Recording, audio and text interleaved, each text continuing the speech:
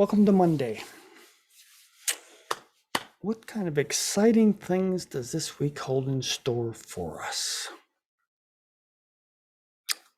Monday, today, Mercury, which has basically done its retrograde dance back into Taurus, and today it will come back into Gemini, and tomorrow is the full moon across that Gemini Sagittarius axis. Those are the two main aspects or events that this week I'm going to bring to focus on. First of all, Mercury's the ruler of Gemini. So Mercury's coming home today. It probably won't be till around 8 o'clock or so this evening. However, since Mercury is the ruler of Gemini, well, Virgo as well, but one of the factors that I haven't brought up about Gemini is the market. It is the everyday people, going out and comparing and sharing goods with one another. In other words, the marketplace.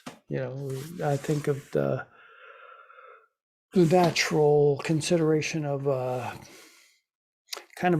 the farmer's market as being an epitomal Gemini kind of a market consideration, whereby people, they kibitz with each other and determine, what's the value of what I have and what's the value of what you have. And in order to do that, there's some communication that has to take place, which is definitely in the Gemini wheelhouse.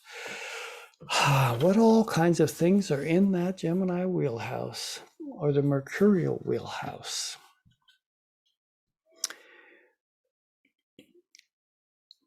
When anything shifts from one sign to the next, that very first degree of the sign is it's a moment that is actional.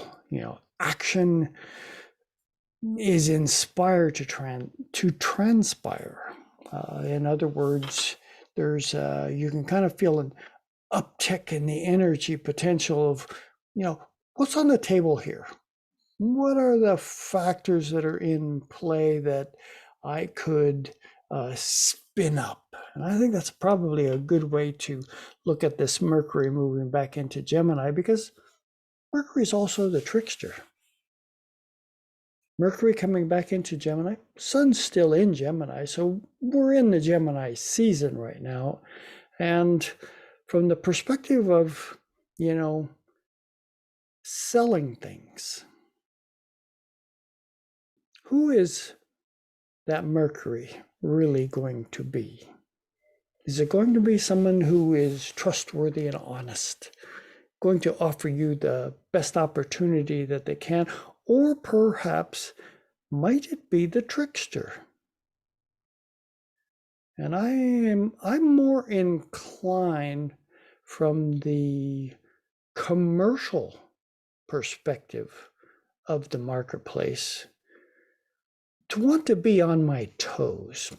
Definitely on my toes, because marketing these days has such a phenomenal level of the trickster, spinning tales of opportunities that may or may not be as real as the advertisement would seem to embrace.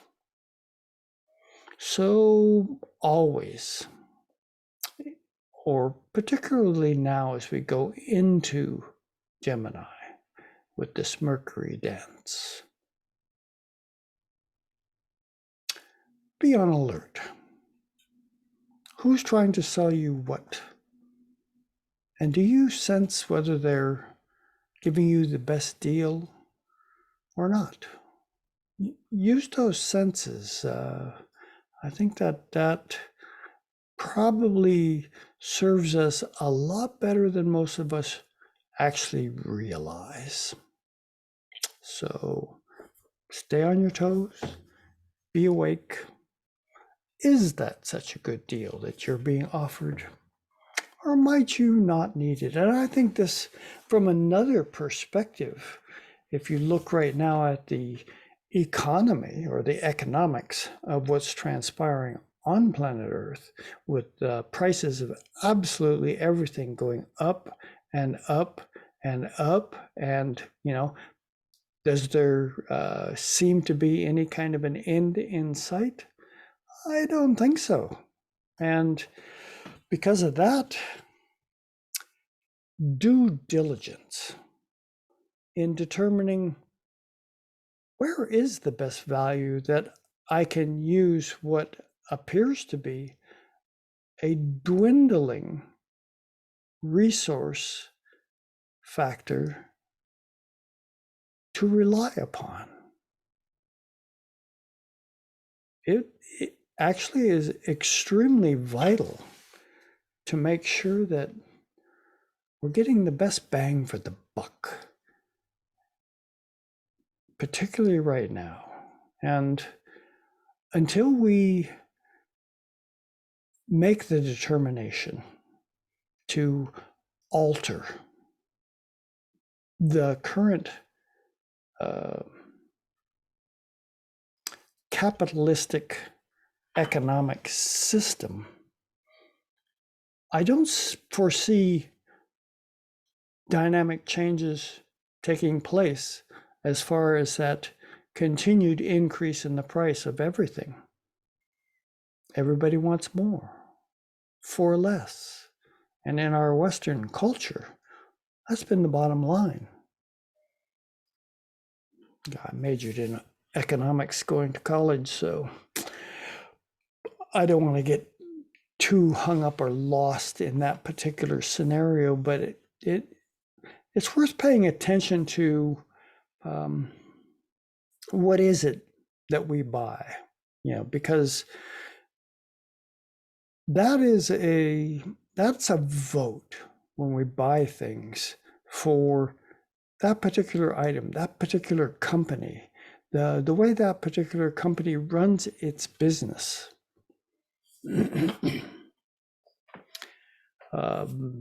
John Perkins, he wrote a book, actually a couple of books on being an economic hitman. And his perspective is that our Western commercial techniques and system is really a death economy. It's technically it's trying to utilize as much of the resources that we depend on for survival as we can until there is no more. Is that an option? What do you think is going to happen? Basic economics. If there is less and less of something available and the demand is still there, the price goes up. If there's more and more of something available and demand stays constant, well, the price is going to go down because there's a lot of it. Well, what is it that we as a so-called modern civilization are actually demanding? What are the kinds of things that are really required for, our survival? A place to hang our hat and a home to live in, food to put on the table, and ever so evident is the need to move from place to place, which with the COVID situation that we've had over the past couple of years, 2.5 years actually right now, the awareness of that kind of a consideration has been on the table. Is it overtly required that I need to hop in the car and go, go, go, go to get this, get that, get this, get that? Or might it be more beneficial to really utilize our thinking capacities, Gemini and Mercury, to actually make lists? What do I really need? And have I been influenced? Here comes that marketplace again, by advertisements to purchase things that may or may not be as relevant to not only mine, but the basic survival of humanity. Where is the value of that trinket, that special gadget, the newest technology? Because everything that comes out is just a little bit more expensive than it was before. So weighing, particularly as this week starts, the potential for the dynamic salespeople to step up to the plate, and their action is to stimulate that part in you that says, I want that, I need that. Do you really? Don't be in such haste to make that determination and answer that question.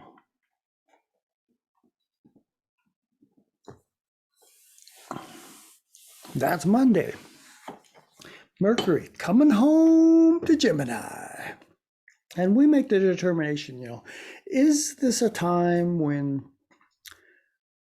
I should keep my antenna up to make sure that what it is that's transpiring, what people are saying to me, is actually being offered at a level of honesty that I can trust? Or I've already told you what the alternatives are. So let's go to Tuesday this week, because these are the 2 days of the week when the energy signatures are substantial enough to really pay attention to. And this Tuesday is the full moon. Full moon, there it is. And these are baobab trees in this particular photo. Baobab trees. Oh, it is amazing how much water a baobab tree will hold. Hundreds and hundreds, thousands of gallons of water in the environment desert where they live. They are a source of life for tribes that live in those particular parts of the world where they can tap into the water that's basically stored there. And it's not like you can suck it out of the ground as effectively anyway as the baobab trees do. So full moon in Sagittarius.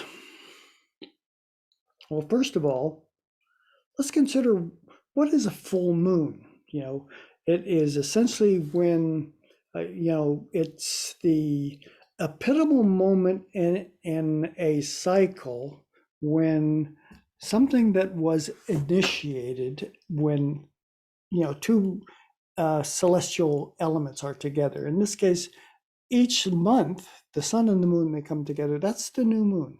And what happens then is there's an energetic spark or opportunity to, strike out in a certain direction. Well, the new moon that we had a couple of weeks ago was at 9 degrees of Gemini. So the factor that came into play at that point was, how clear is my thought process going to be? How curious is my questioning nature going to be stimulated by the events, the processes, those things that come across my table to investigate? Because Gemini and Mercury, the curiosity level is enormous. It just really is. I just want to look at something here really quick related to that particular new moon. Mercury had already gone retrograde for that particular new moon that transpired and already slipped back into Taurus by then. Oh, that's right, I remember.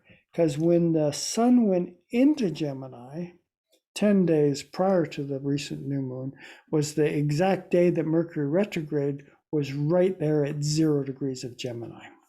And so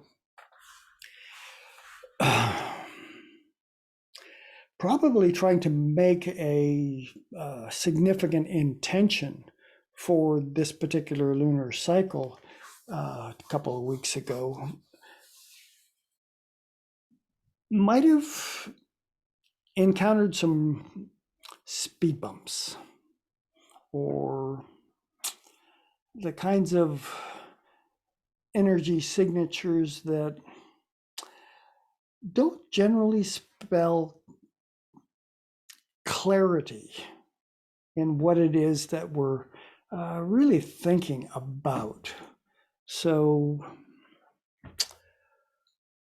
I'd have to ask each of you to make the determination as to, was that intention setting 2 weeks ago at the new moon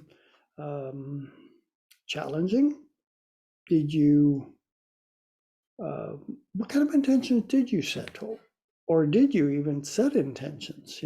That is always an option too. You can kind of just fumble along and take the energy of life as it appears in each moment, which is not necessarily wrong, but being prepared or having things set in motion to go in a direction, it usually is a little bit more beneficial than just winging it.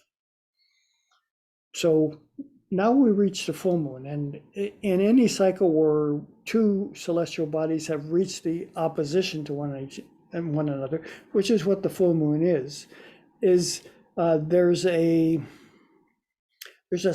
particular signature to full moons. The maximum reflected solar light is coming back to us from that lunar capacity to really sense and feel the opportunity of, did I make an appropriate decision back at the initiation point, new moon in this case? And right now, with the maximum reflected light coming back upon that, you get to ask yourself, am I going in the right direction? Did I choose wisely?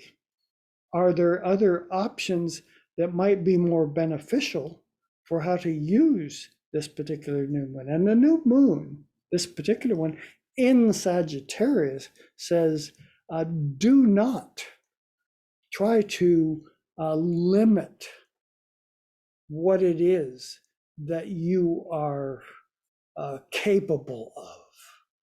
Because Sagittarius, ruled by Jupiter, the largest planet in the solar system, is about always going for the more. Expand the parameters of your tent. Don't think small. What is just beyond the horizon that sits there in front of you that beckons your participation? What more is there that you could be doing, exploring? Where is the adventure of life pulling you to participate in things that are drawing upon you? Sagittarius, higher mind, philosophy, further educations like universities, but also religion, which can be seen as the potential for spirituality, but not necessarily a guarantee to go in that direction.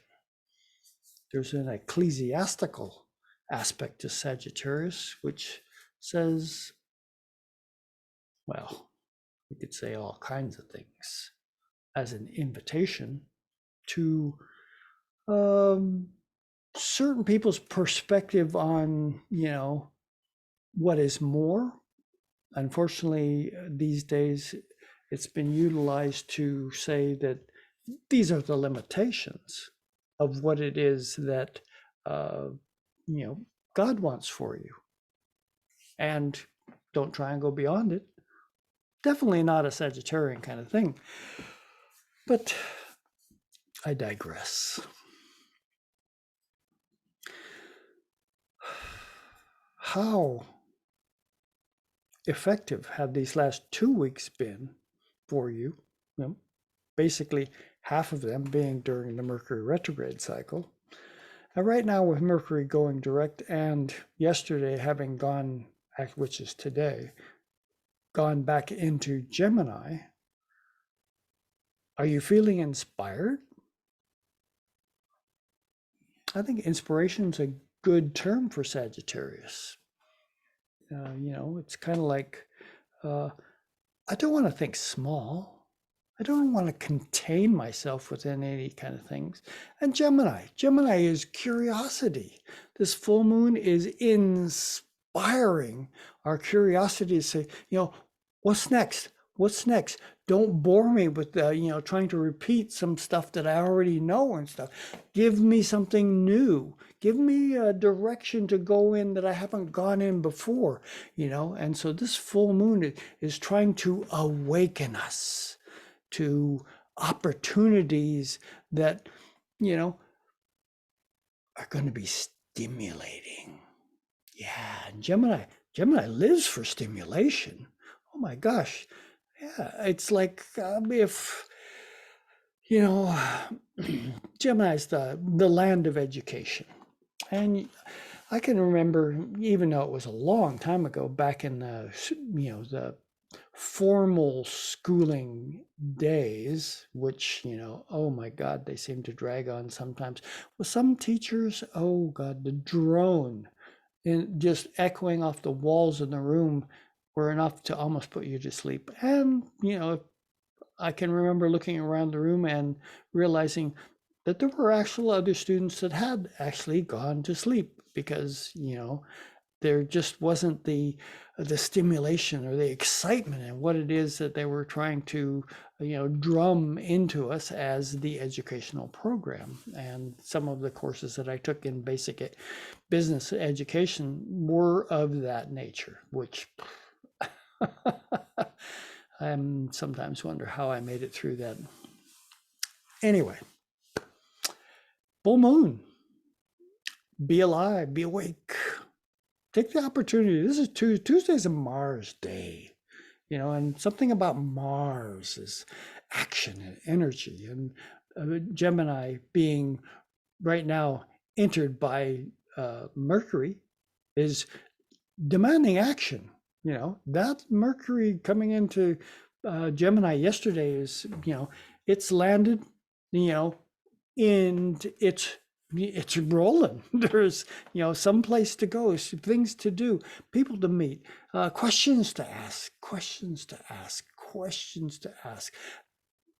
So if you find yourself caught in one of those potential trickster, sales pitches and stuff, know when to call it. Says, I'm not interested in what it is that you're trying to, pound into my brain as something that I really need, because I really don't. And the question is not so much what I need, is what do we need? I think that's a lot more relevant these days than some of us actually give credence to. What do we really need? And Gemini right now, being at the helm, is stimulating us to really explore. And this full moon exploration is, trying to open up channels of awareness that we haven't fathomed completely, or maybe have not even been aware of their presence. These are the two important aspects of the week. One other thing that I noticed when I was looking at the chart for this week is that there's a number of planets that are tickling the 25 degrees of signs. The new moon, which will happen at 23 degrees of Sagittarius, which means that the sun is at 23 degrees of Gemini. This is, I'm just bouncing it together one day at a time. And this is at 8 o'clock in the morning on Tuesday. The moon is already made it to 25, which means that since the moon moves about a degree every 2 hours, that around 4 in the morning will be the new moon. But notice, moon's at 25 degrees. Saturn's at 25 degrees. Neptune's at 25 degrees. Sun moving at a degree a day will be there at 25 degrees in 2 days.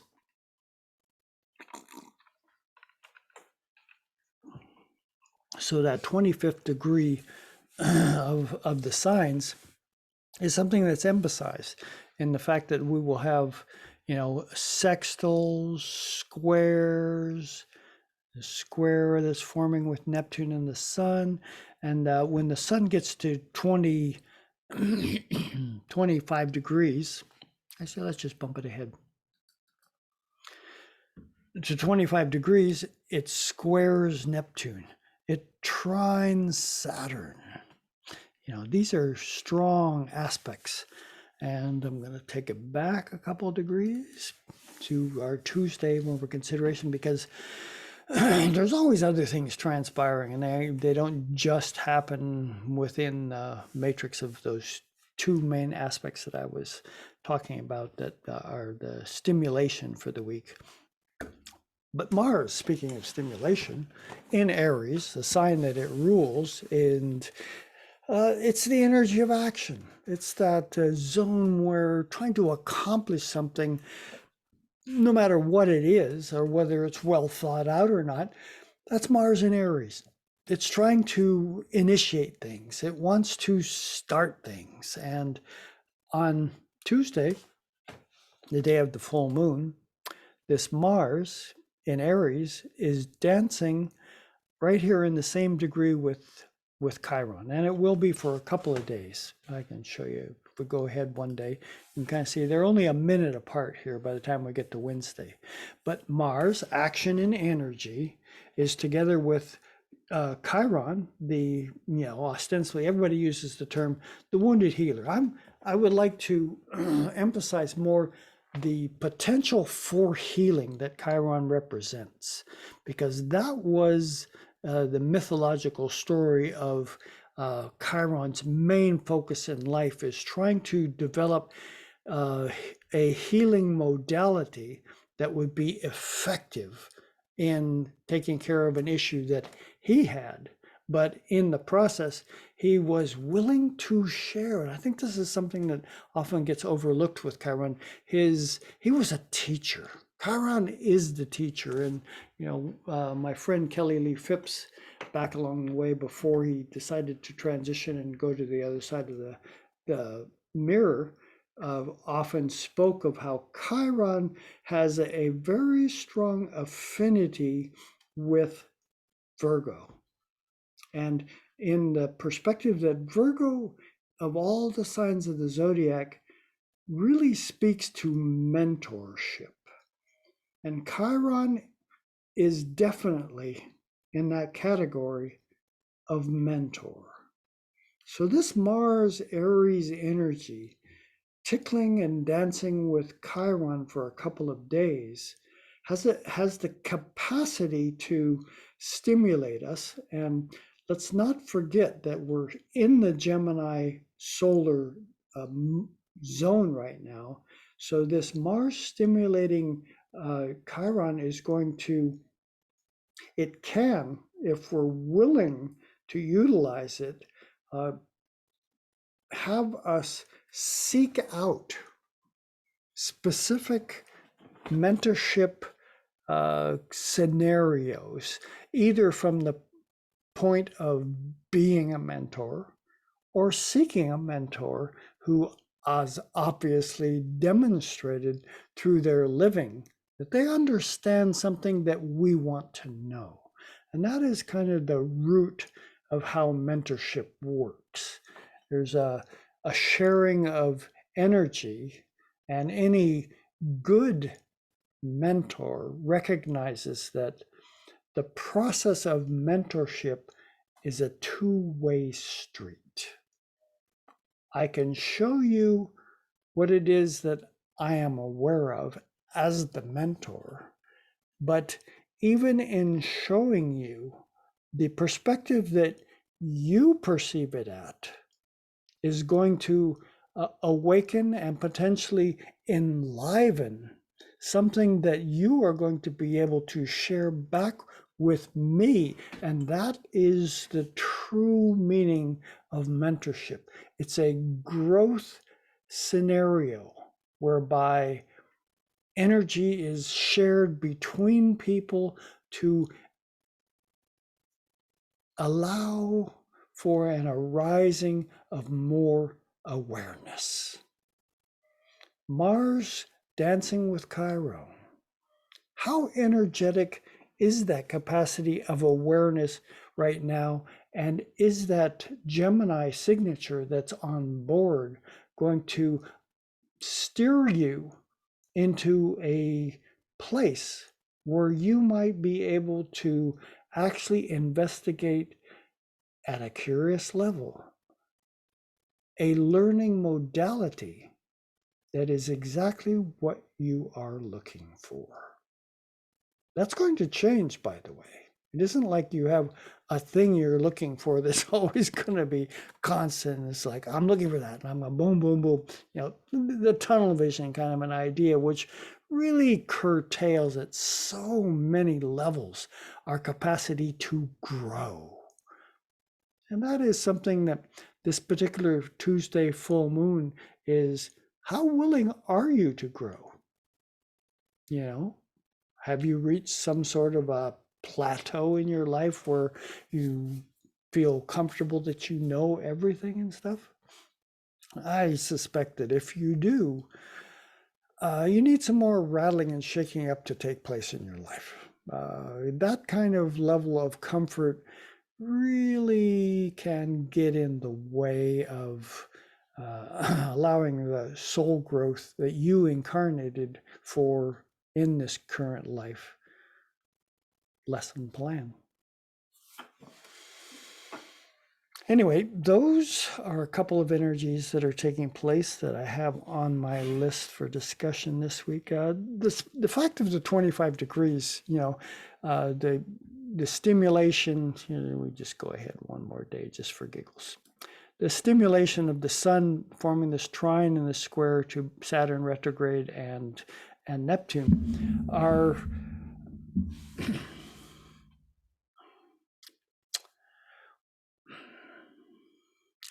a trine is an energy that, it links things together. I think that's probably the best way to see it, because there's an elemental connection there. These are both air signs, Gemini and Aquarius. And Saturn is one of the interesting things about Saturn. Saturn is a teacher. It's the life lesson planet. And Gemini is basically basic education. So this connection between the sun and Saturn retrograde up there in Aquarius has built into it the opportunity to stimulate more perspectives on what is it that I not only want to learn, but perhaps need to learn right now. And that's a deep pondering a consideration, because we may not always, in that educational pursuit, run into things that are comfortable to learn, and yet the Saturn kind of lessons are of that nature. They may not be the most comfortable, but the resilience or the long footprint of what it is that Saturn kind of lesson represents is something that's going to stick with you, because it has relevance at so many levels for what the life process that you are about requires. Neptune,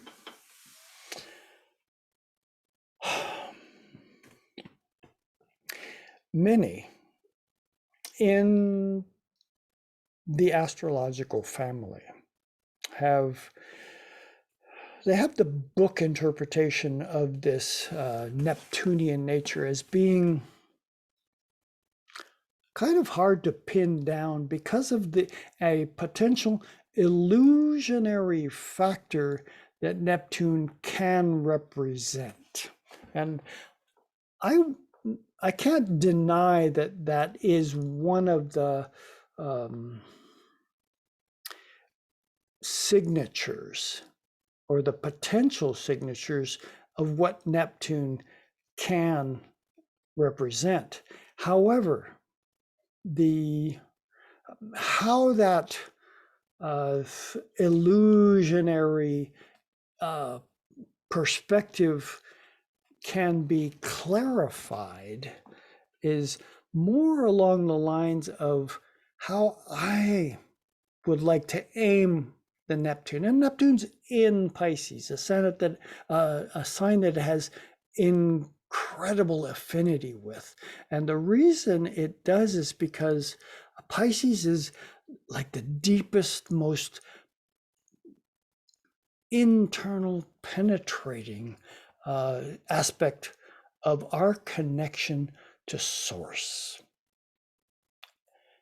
And as such, what Neptune represents from that paradigm is the capacity to discover a level of truth that, from it's always a challenge when you get into there, because the paradigm of modern society, or Western cultural modern society, has continued to make attempts at narrowing down our level of resource stimulation, because it wants to maintain a level of control over us that unlimited stimulation of creative energy is going to challenge at every step. And this is a vital consideration. So from the non-illusionary Neptune perspective, Neptune is like the water of truth, and Pisces water truth is a level of awareness that holds water very well. And what Neptune does is says, while I'm holding this level of liquid truth, and if you have perhaps been in a situation where things don't seem that clear to you right now, this could also be a Neptune thing. I'm going to, dole out or pour some of this water of truth upon you, or upon the situation that you're in, that those factors that are in play there might hopefully be clarified a little bit more, because this water of truth is essentially going to flush through your experience in such a way that it can cleanse what it is that is no longer relevant to you in this moment, in the quandary of your pondering about what does life mean? This is a level of Neptunian function that doesn't often get played up enough. And I can understand why, because, you know, even amongst my astrological peers, that level of,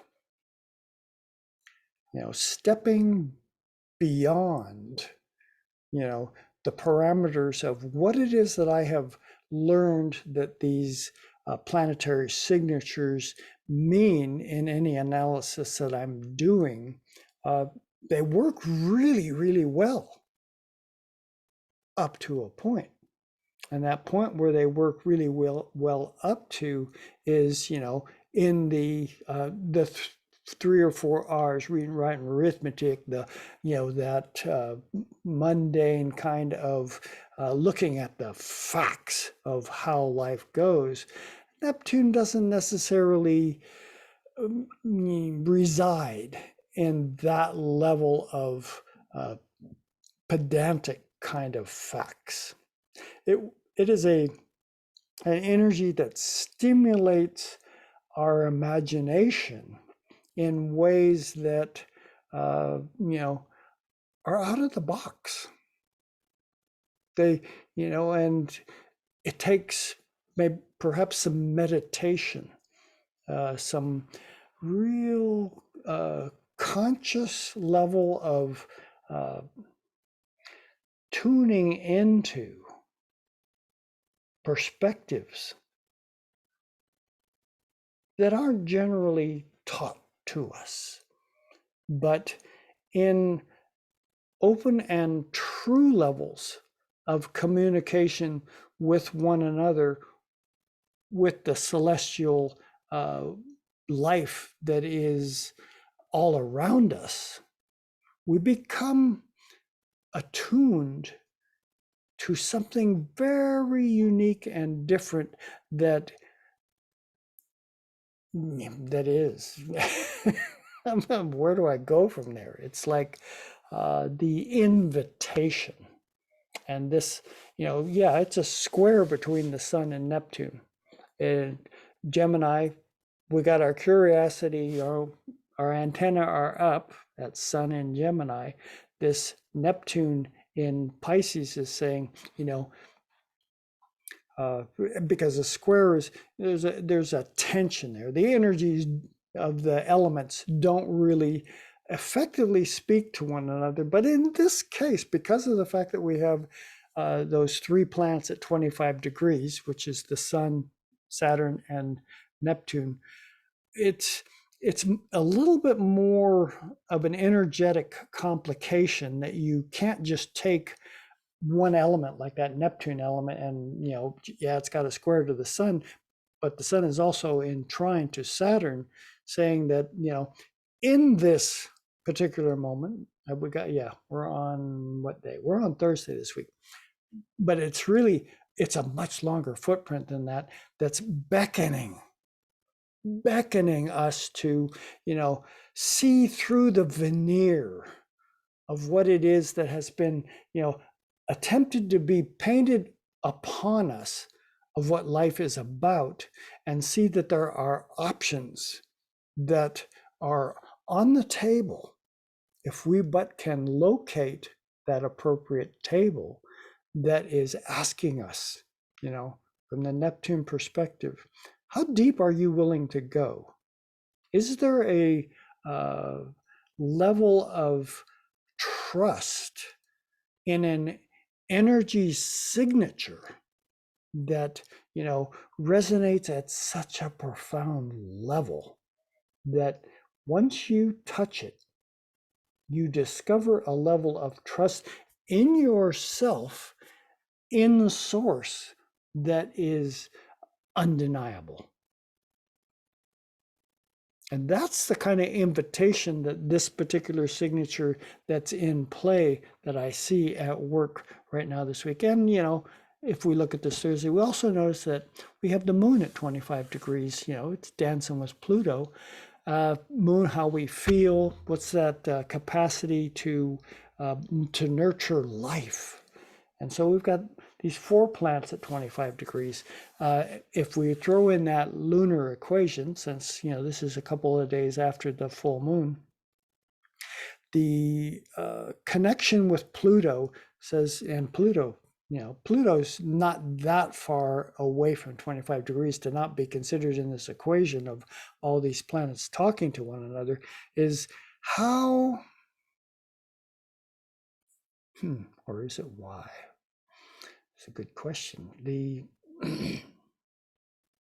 Might there be factors that, and I've talked about Pluto on numerous occasions, that are no longer relevant or as meaningfully relevant to what it is that your life adventure is about, that Pluto is actually, focusing a very intense transmutational energy upon saying, let go. It's not beneficial to you. Allow it to be released, and I, as Pluto, will take it and I will put it on the compost pile and allow it to dissolve so that something new energetically can be made from it. The moon, that nurturing quality of substance right there with it. And they're 3 degrees apart, you can kind of see up here in the chart. So that means that, and the moon moves, 12 and a half, 13 degrees a day. This is in play all day long and is saying, can you feel that opportunity? Can you sense it? Are you alive enough now to, take that chance? Release those things that are not relevant right now. Allow them to be made new. Allow yourself to be made new. This is the kind of energy that's at work. What else do I have going on this week?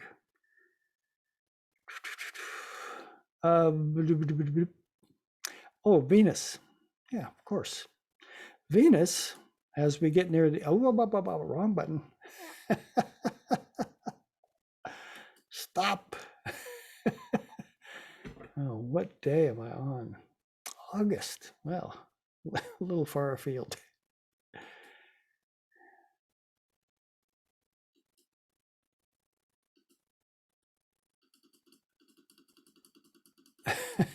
Sorry about that. You hit the wrong button and life gets excited. Okay. Venus is moving along through Taurus.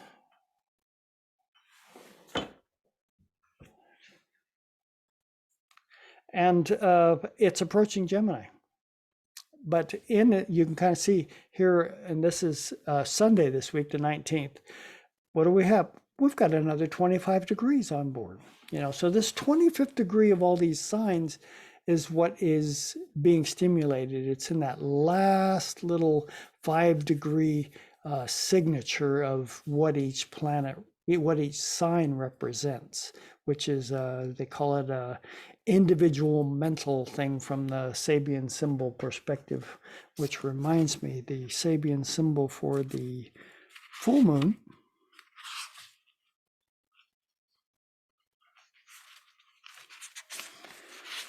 reads